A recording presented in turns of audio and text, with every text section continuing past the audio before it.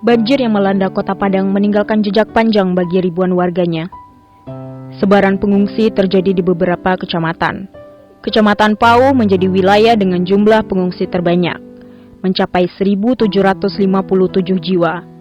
Disusul Kuranji dengan 984 jiwa, Koto Tangah sebanyak 844 jiwa, Nanggalo 835 jiwa, dan Lubuk Kilangan 36 jiwa.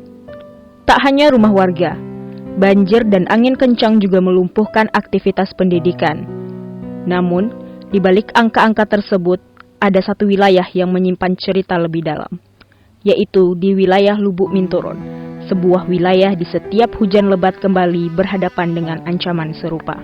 Apa yang paling dirasakan setelah banjir ini terjadi? Cemas, takut, kalau banjir terulang lagi, kalau cuacanya lagi hujan, kitanya lagi cemas juga sampai sekarang ini. Bagaimana kondisi kehidupan setelah banjir surut?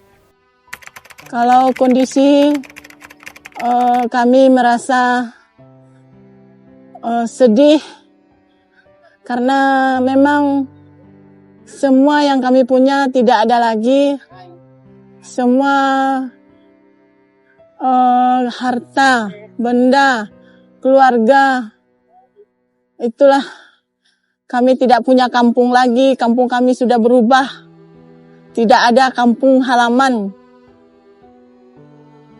yang kami punya lagi. Apa jenis bantuan yang paling dibutuhkan oleh masyarakat untuk pulih dari dampak bencana ini? Kami sangat membutuhkan tempat tinggal yang baru, tempat tinggal yang layak. Karena kami tidak punya tempat tinggal, tidak punya apa-apa lagi. Kami sangat membutuhkan bantuan dari pemerintah berupa keperluan hidup. Bagaimana dampak banjir terhadap hubungan sosial di lingkungan Anda? Dampak banjir dengan lingkungan sosial, kami sudah banyak terpisah-pisah dari tetangga. Jadi kami merasa sangat kehilangan. Karena kalau di daerah kami ini, kami sudah terpisah dengan keluarga, famili, karena mereka sudah mencari tempat-tempat tinggal yang lain. Akan tetapi kalau ada bantuan datang, kami saling berhubungan untuk memberitahu bahwa kami masih ada. Apakah ada kelompok tertentu di masyarakat yang merasa lebih terdampak oleh banjir? Kelompok yang tertentu yang lebih terdampak sampai saat sekarang ini masih ada yang belum ditemukan. Ibu-ibu yang berumur 60 tahun. Sampai saat sekarang ini belum ditemukan. Dan anak kecil yang umur 3 tahun.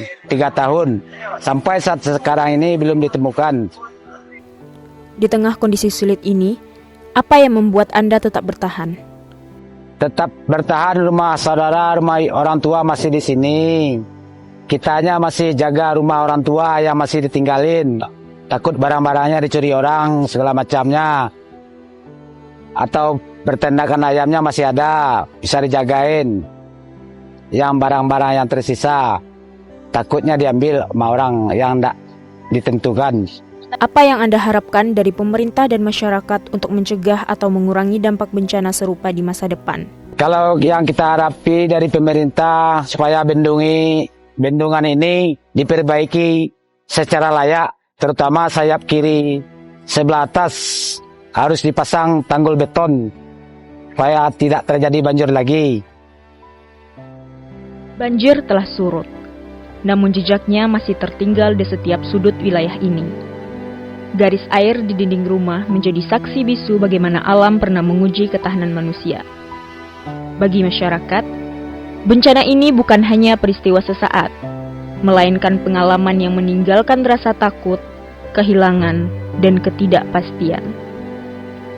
Berdasarkan data yang tercantum, bencana ini mengakibatkan 8 orang meninggal dunia dan hingga saat ini 2 orang lainnya masih dinyatakan belum ditemukan. Bencana banjir yang telah melanda kawasan Lubuk Minturun memberikan dampak nyata terhadap kehidupan masyarakat setempat. Lubuk Minturun menjadi wilayah rawan banjir ketika hujan deras turun dalam waktu lama. Banjir juga mengganggu aktivitas dan kehidupan masyarakat setempat.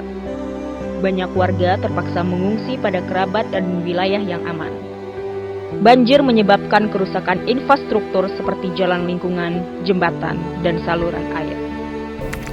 Salah satu untuk mengurangi risiko bencana itu perlu kesiapsiagaan, mitigasi, sosialisasi, dan sebagainya. Jadi memang kita perlu ya juga kesiapsiagaan terhadap banjir dan longsor ini. Apalagi masyarakat yang tinggal di tepi sungai. Jadi menghimbau kepada warga bagi yang tinggal di tepi sungai itu ya itu kalau berada di zona merah tidak boleh tinggal di sana. Dan jika curah hujan cukup tinggi ini ke depannya, jadi bersiaplah untuk evakuasi untuk menjauhi sungai itu. Kemudian juga ke depannya menghimbau kepada warga hindari membuat rumah di sepadan sungai. Itu aturannya sudah ada ya, bahwasanya 50 meter dari bibir sungai itu tidak boleh membangun rumah ya, yang bisa mengakibatkan terdampaknya banjir dan longsor. Kedepannya tentu kita berbenah. Harapan kita kedepannya kalau untuk pemerintah ya, tentu kesiapsiagaan kita, personil kita, peralatan kita, tentu kita lengkapi. Kedepannya kita lakukan pemulihan ya pasca bencana itu dengan rehabilitasi rekonstruksi.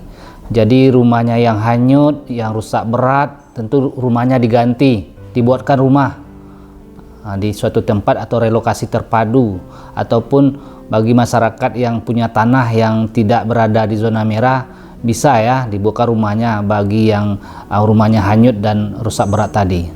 Kemudian mungkin bagi sekolah-sekolah yang rusak tentu dilakukan perbaikan, kemudian perbaikan air bersih ya, intake PDAM diperbaiki, infrastruktur jalan, jembatan. Namun perbaikan itu membutuhkan waktu yang cukup lama ya, mungkin sampai 3 tahun ini perbaikan infrastruktur itu baru bisa pulih. Iya tentu tindakan pemerintah yang pertama itu data ya, kita harus mempunyai data yang valid, data yang benar ya. Data itu kita ambil dari bawah ya, dari kelurahan, kecamatan. Nah, nanti berdasarkan data itulah apa yang dibutuhkan oleh warga ya, bantuan apa gitu kan. Kalau yang pada saat bencana dulu tentu tanggap darurat, pada saat tanggap darurat dulu tentu yang dibutuhkan sembako dan sebagainya. Namun kalau sekarang tentu yang diperlukan mungkin rumahnya, uang jaminan hidupnya dan sebagainya. Jadi solusi jangka panjang yang pertama tentu yang harus dilakukan adalah perbaikan daerah aliran sungai. Apakah itu mengeruk sedimentasi, lumpur-lumpur yang ada di badan sungai itu harus dikeruk lagi, kemudian harus dipasang cek dam ataupun sabodam, jadi secara infrastruktur ya, jadi air itu bisa terkendali gitu. Kemudian kedepannya itu mungkin terhadap hutan kita ya, dilakukan penanaman hutan kembali ya di hulu-hulu sungai ya, sebab yang bisa menyerap air itu tentu pepohonan. Kalau pepohonan yang itu sudah banyak yang rusak ya harus ditanam kembali. Di balik kerugian yang dialami, harapan masih tumbuh di tengah masyarakat. Mereka berharap kejadian ini menjadi perhatian serius bagi semua pihak.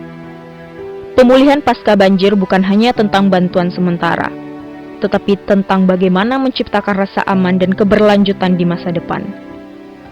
Bencana ini menjadi pengingat bahwa manusia dan alam saling terhubung. Apa yang terjadi hari ini adalah pelajaran untuk masa depan. Dengan kesadaran, kepedulian, dan kerjasama antar masyarakat dan pemerintah, wilayah ini diharapkan dapat bangkit dan menjadi lebih siap menghadapi bencana di kemudian hari.